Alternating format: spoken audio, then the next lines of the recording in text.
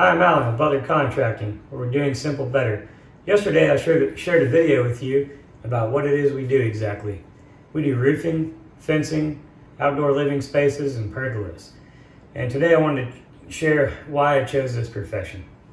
I initially got into this profession growing up as a young kid with my grandpa, my uncle, my dad. We did lots of construction projects from roofing to remodeling. My grandfather was a road construction contractor, asphalt contractor. So we did all kinds of stuff growing up as a kid. We were always doing something fun, had a lot of hot summers.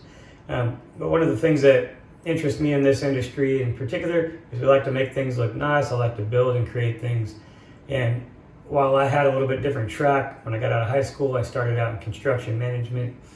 Did that for a little while. Was building homes and banks with another builder.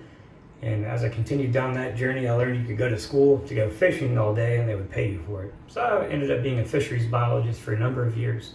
After doing that for a while, I had a lot of student loans to pay back. So I got back into this industry to pay off student loans.